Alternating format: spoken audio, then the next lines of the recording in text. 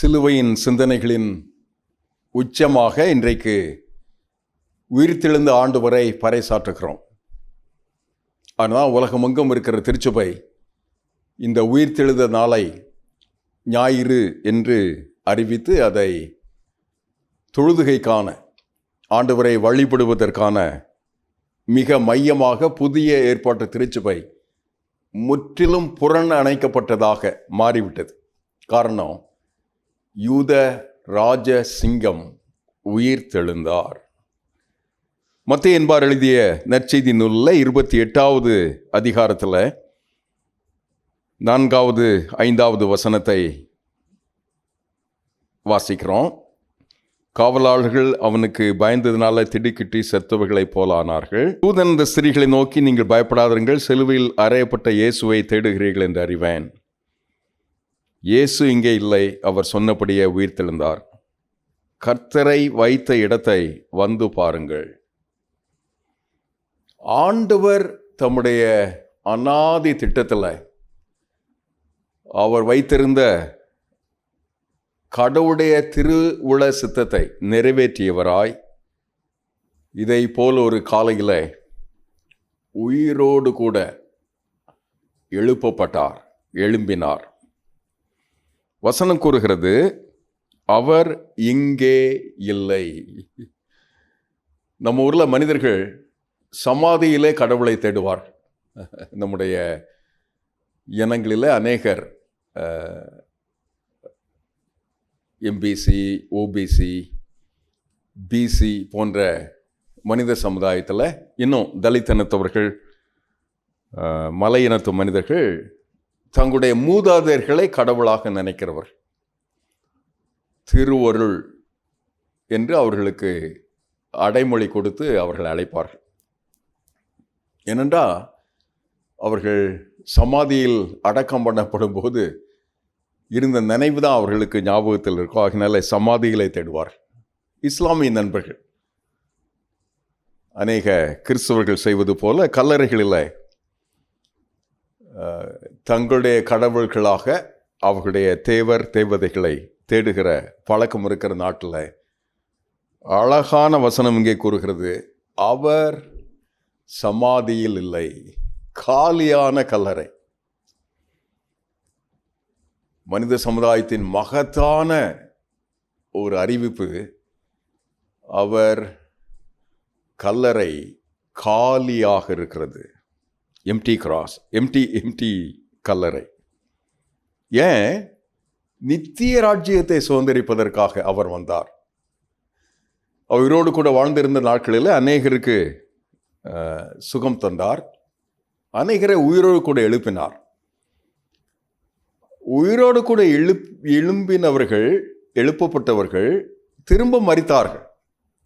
ஆனால் இவரோ இப்போது எழுந்திருந்து சதா காலமும் நித்திய காலமும் உயிரோடு கூட இருக்க போகிறார். அதற்காக உயிரோடு கூட எழுந்தார். இந்த உயிர்த்தெழுதலின் செய்தியை பவுலடியார் தன்னுடைய கொரிந்திய பட்டணத்திற்கு எழுதுகின்ற கடிதத்தில் 15ஆம் அதிகாரத்தில் இப்படி எழுதுவார், பரிகரிக்கப்படும் கடைசி சத்துரு மரணம். 1 கொரிந்தியர் 15:26 இதை கூறுகிறார். உயிர்த்தெழுதலின் போதனையை பற்றி அவர் பேசிக்கொண்டிருக்கும் போது இதை மிக முக்கியமான ஒரு உபதேசமாக சபைக்கு பவுலடியார் அதை கற்றுத்தருகிறார். அதன் பின்பு முடிவு உண்டாகும். 24 1 கொரிந்தியர் 14:24. அப்போது அவர் சகல துரைத்தனத்தையும் அதிகாரத்தையும் வல்லமையும் பரிகரித்து தேவனும் பிதாவுமாய் இருக்கிறவருக்கு ராஜ்யத்தை ஒப்புக் கொடுப்பார். எல்லா சத்துருக்களையும் தமது பாதத்திற்கு கீழாக்கி போடும் வரைக்கும் அவர் ஆளுகை செய்ய வேண்டியது. அதன் வரிசையில் செய்யப்படுகின்ற கடைசி செயல், பிதாவானவர் தம்முடைய குமாரனாகிய கிறிஸ்துவின் மூலமாக பரிகரிக்கப்படும் கடைசி சத்துரு மரணம். பாவமுள்ள மனிதன் கடவுளுடைய திருத்திட்டத்தினால நீதிமானாக்கப்பட்டு கடவுளின் நீதியை இந்த பூமியில நிறைவேற்றுவதற்காக அன்பு கொண்டு, பண்பு கொண்டு, மதிப்பீடு கொண்டு, கடவுளின் திட்டம் கொண்டு இந்த பூமியில் வாழ்வதற்காக அவனை ஆசீர்வதித்து அவருடைய திருத்திட்டத்தை நிறைவேற்றும் போது அவனுக்கு இருக்கிற கடைசி தடைக்கல் சாவு, மரணம். அந்த சாவை முறியடிப்பதற்காய் கடவுளின் திட்டத்தில் அந்த சாவை அவர் வென்று சேர்ப்பதற்காய் தடையாக இருந்தது இந்த மரணம் என்பதை தான். அதைத்தான் கடைசியாக பரிகரிக்கப்படும் கடைசி சத்துரு மரணம் என்று இந்த மரணத்தை கூறுகிறார். இன்றைக்கு இதை போலத்தொரு நாளுக்காக ஆண்டவர் நமக்கு தருகின்ற மிக முக்கியமான வாக்கு காலியான கல்லறை. அது அருளுகின்றது நித்திய வாழ்வு, நிறை வாழ்வு. கல்லறை காலியாக இருப்பதனால வாழ்வு நிறைவேறுகிறது. எப்படி? அவருடைய உயிர்த்தெழுதலின் வல்லமை கொண்டு, அதிகாரம் கொண்டு. எப்படி? பாவத்தை மேற்கொண்டதுனால. கடவுளின் திட்டத்தில், கடவுளின் சித்தத்தில் பாவத்தை மேற்கொண்ட விதத்தில் பாவத்தையும் பாவத்தினாலே வந்த மரணத்தையும் அவர் மேற்கொண்டு நித்திய ஜீவனை நமக்கு தருகிறார். அதனால்தான் விசுவாசிகள் மரணம் அடையும் போது நாம் சோர்ந்து போக வேண்டியதில்லை என்று சொல்லுவோம். இந்த விதமான வாக்கு கொண்டு அவர்களை நாம் ஆசீர்வதித்து அவருடைய வாக்கு தத்தத்தை நினைவு கூறுவோம். காலியான கல்லறை. இந்த காலியான கல்லறையை அவர் சொல்லும்போது அவர் சொல்றாரு, பயப்படாதீர்கள், சிலுவையில் அறையப்பட்ட இயேசுவை தேடுகிறீர்கள். இங்கே சொல்லப்பட்ட இன்னொரு காலியான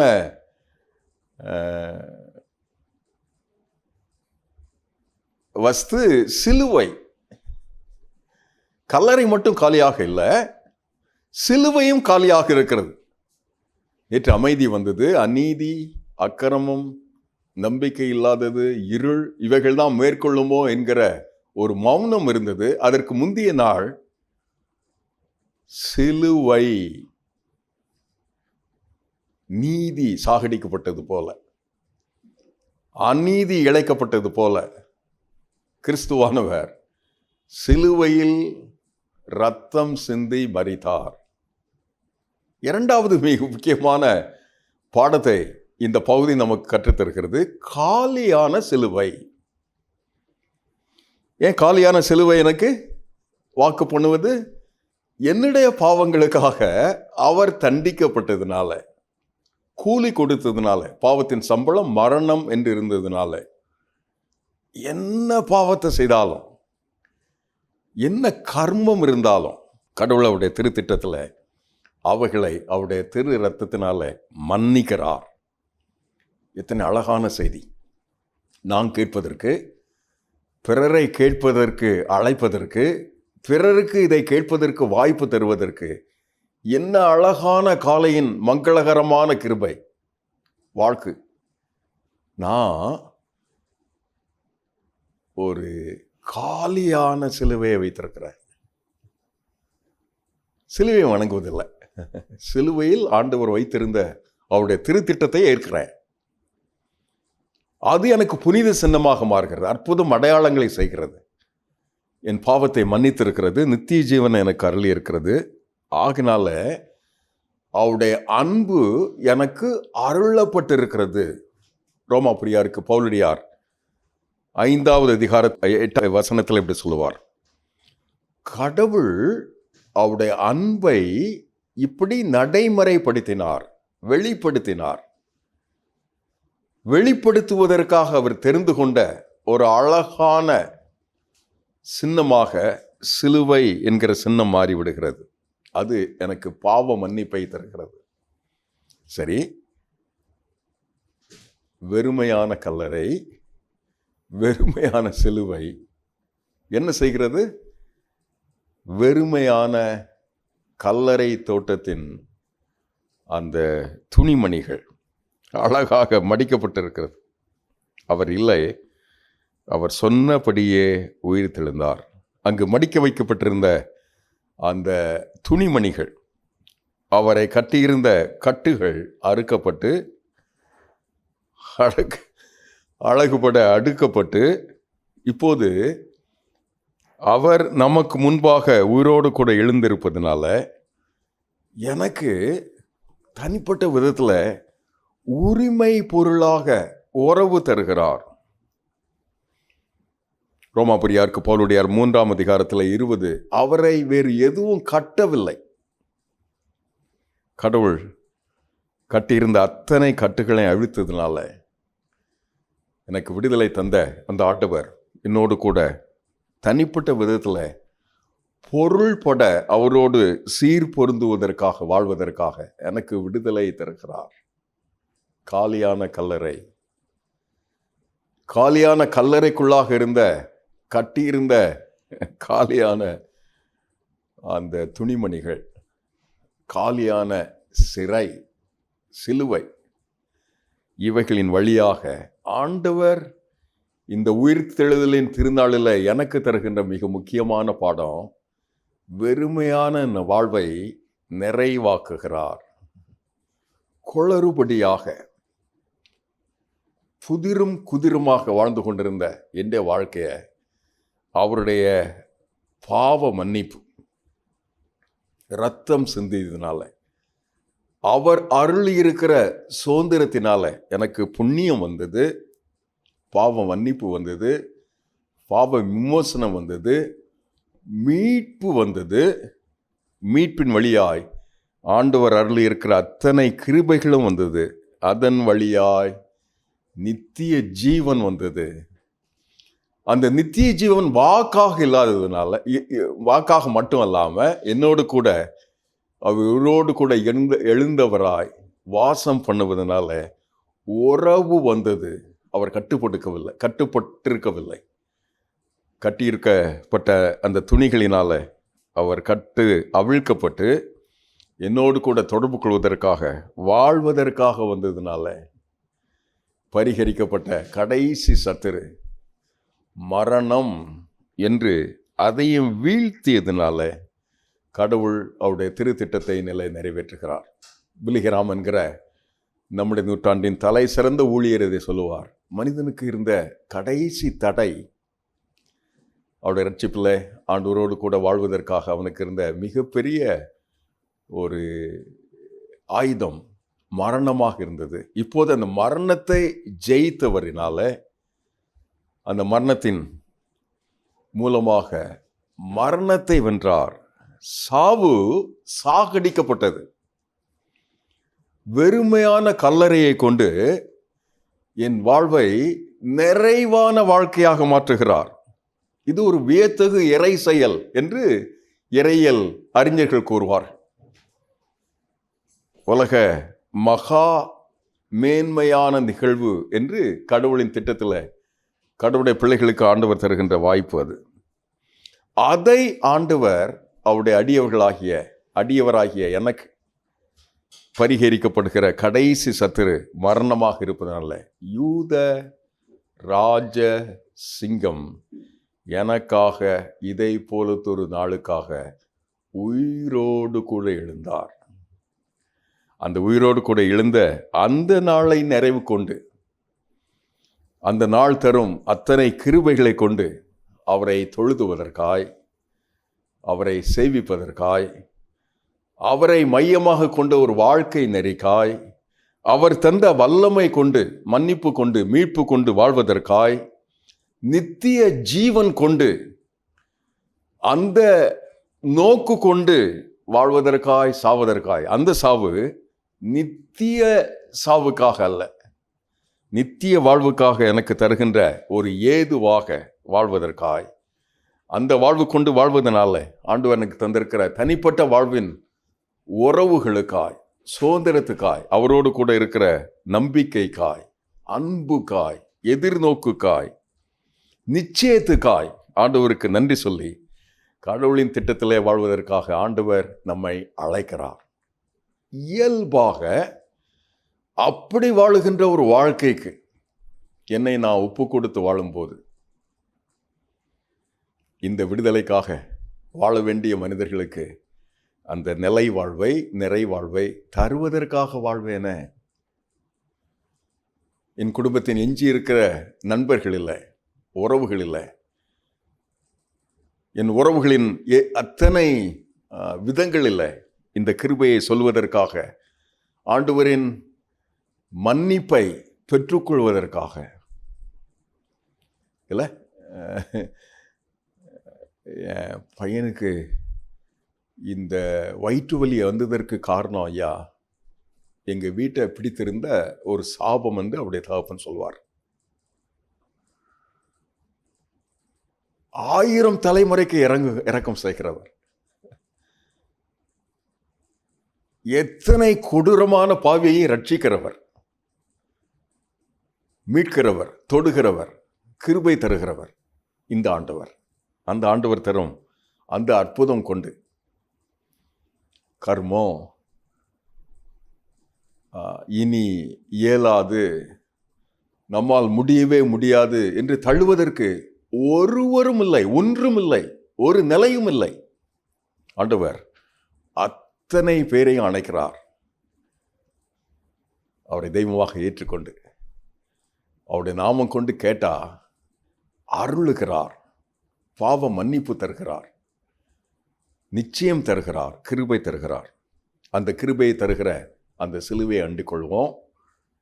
உயிர்த்தெழுந்த அந்த கல்லறையை அல்ல, கல்லறையில் இருந்து எழும்பிய அந்த இறை ஆண்டவரை, இயேசுவை நித்திய ஜீவனுக்காக பின்பற்றுவோம். அப்படி வாழும்போது அவரோடு கூட, அவரை கட்டியிருப்பதற்கு ஒன்று இல்லாததுனால அவரோடு கூட தொடர்பு கொள்வதற்காக, உறவுகளிலே வாழ்வதற்கு ஆண்டவர் நமக்கு கிருபை தருவார். அப்படி வாழும்போது நம்பிக்கையாய் ஆண்டவரின் அன்பு வழிந்தோடு அன்பாய் நம்முடைய அன்பு அப்படி மாறுவதற்கு, என்னுடைய வாழ்க்கை மாற்றத்தை, குண மாற்றத்தை, பழக்க மாற்றத்தை, என்னுடைய விதங்களை மாற்றி அமைத்து நிச்சயத்தோடு ஓடுவதற்கு, கடவுளின் திட்டத்தை ஏற்பதற்கு கடவுள் என்னை அழைக்கிறார், அணைக்கிறார், ஆற்றுகிறார், செயலாற்றுகிறார். என்னை கொண்டு அவருடைய திருத்திட்டத்தை வெறுமையான கல்லறையை நோக்கி அல்ல, உயிர்த்தெழுதலின் நம்பிக்கைக்காக, சாவடிக்கப்பட்டதுனால வியத்தகு இறை செயலை எஞ்சியிருக்கிற எல்லாரிடத்திலும் சொல்லுவதற்காய், விரைந்து அவைகளை ஆண்டவர் செயலாற்றுவதற்காய் வாழ்வதற்கு இந்த ஈஸ்டர் நாள், அதை தொடர்ந்திருக்கிற நாள் நமக்கு, நம்முடைய உறவுகளுக்கு, நம்முடைய சபைக்கு, நம்முடைய ஊழியத்திற்கு பயன் ஆகுவதாக உங்களை ஆசீர்வதிப்பதாக. எங்கள் பரிசுத்தமுள்ள பரம தகப்பனே, உங்களுடைய உன்னத திட்டம் எங்களிலே நிறைவாக நின்று நாளும் நிறைவேற்றி இந்த உயிர்த்தெழுதலின் அனைத்து வல்லமையை பிரயோகிக்கிறவர்களாய், உள்வாங்கியவர்களாய், உங்களுக்காக விடுதலையோடு கூட வாழ்வதற்கு, பாவமன்னிப்பு நிச்சயத்தை பெற்றுக்கொண்ட சந்ததியாய் வாழ்வதற்கு, நித்திய ஜீவனை பெற்றுக்கொண்டவர்களாய் வாழ்வதற்கு, விரைந்தோடுவதற்கு கிருபை தாரும், இரக்கம் தாரும், நலம் தாரும், வளம் தாரும். இயேசுவின் நாமத்தில் இவைகளை இந்த உயிர்த்தெழுதல் நம்பிக்கையோடு கேட்கிறோம்ப்பா, தந்து வழி நடத்தும். இயேசுவின் நாமத்தில் ஜெபிக்கிறோம் நல்ல பிதாவே.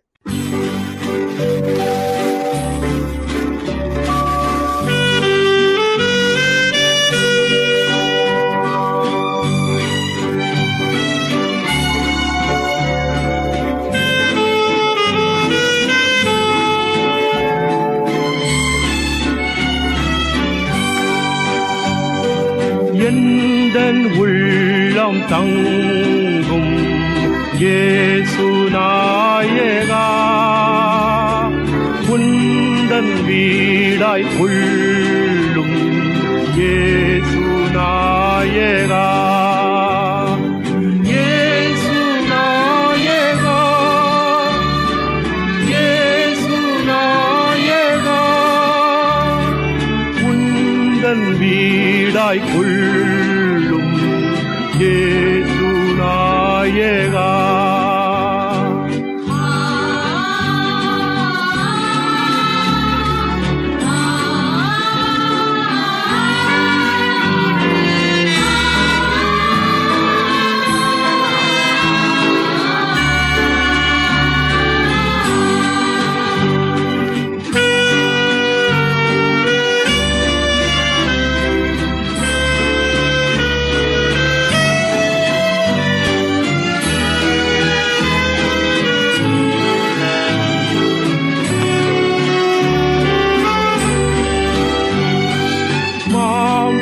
பீரியை போக்கும் இயேசு நாயகா,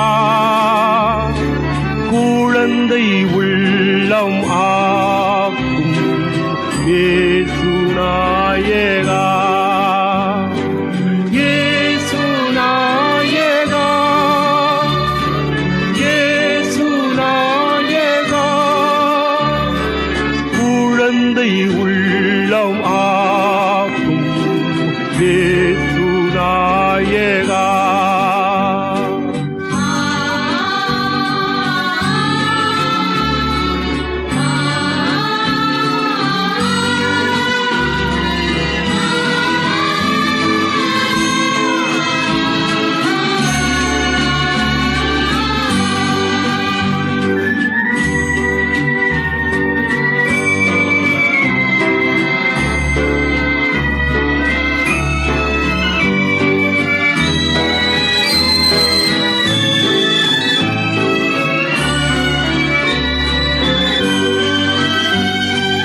என்னை உமக்கு தந்தே இயேசு நாயகா,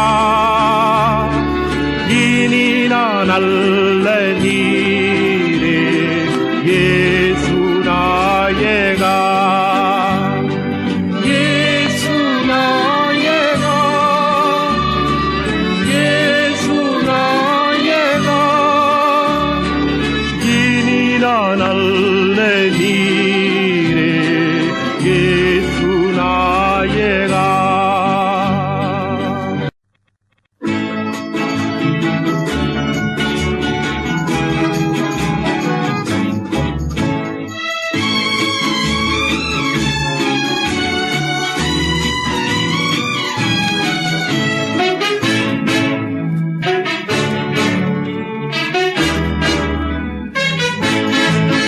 பரிசுத்தர் கூட்டம் நடுவில் ஜொலி தேடும் சுத்த ஜோதியே, ஆரூபியே வேளையில் ஆடியார் நெஞ்சம் வாரிரோ, ஆரூபியே வேளையில் ஆடியார் நெஞ்சம் வாரிரோ.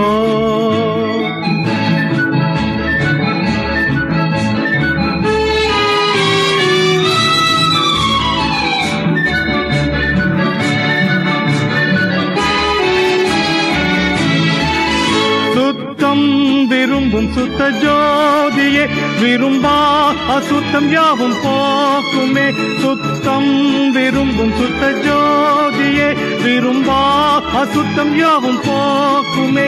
பாவி நீச பாவி நானையா, தேவா இரக்கம் செய்ய மாட்டீரோ, பரிசுத்தர் கூட்டம் நடுவில் ஜொலி தேடும் சுத்த ஜோதியே, ஆரூபியே வேளையில் ஆடியார் நெஞ்சம் வாரிரோ.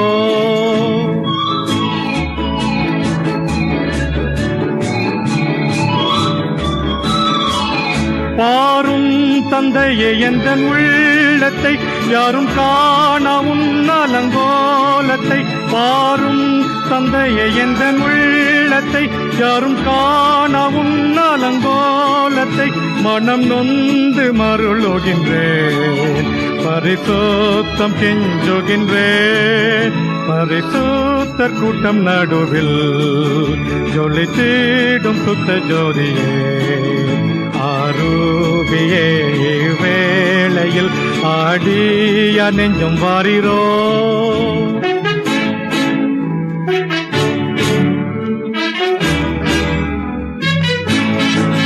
துணை வேண்டும் தகப்பனே உலகிலே, என்னை எதிர்க்கும் சக்திகள் பல உண்டே, துணை வேண்டும் தகப்பனே உலகிலே, என்னை எதிர்க்கும் சக்திகள் பல உண்டே, என் ஜீவன் எல்லை எங்கிலும் பரிசுத்தம் என்ன எழுதும், பரிசுத்தர் கூட்டம் நடுவில் ஜொலி தேடும் சுத்த ஜோதியே, ஆரூபியே இவ்வேளையில் ஆடியார் நெஞ்சம் வாரிரோ.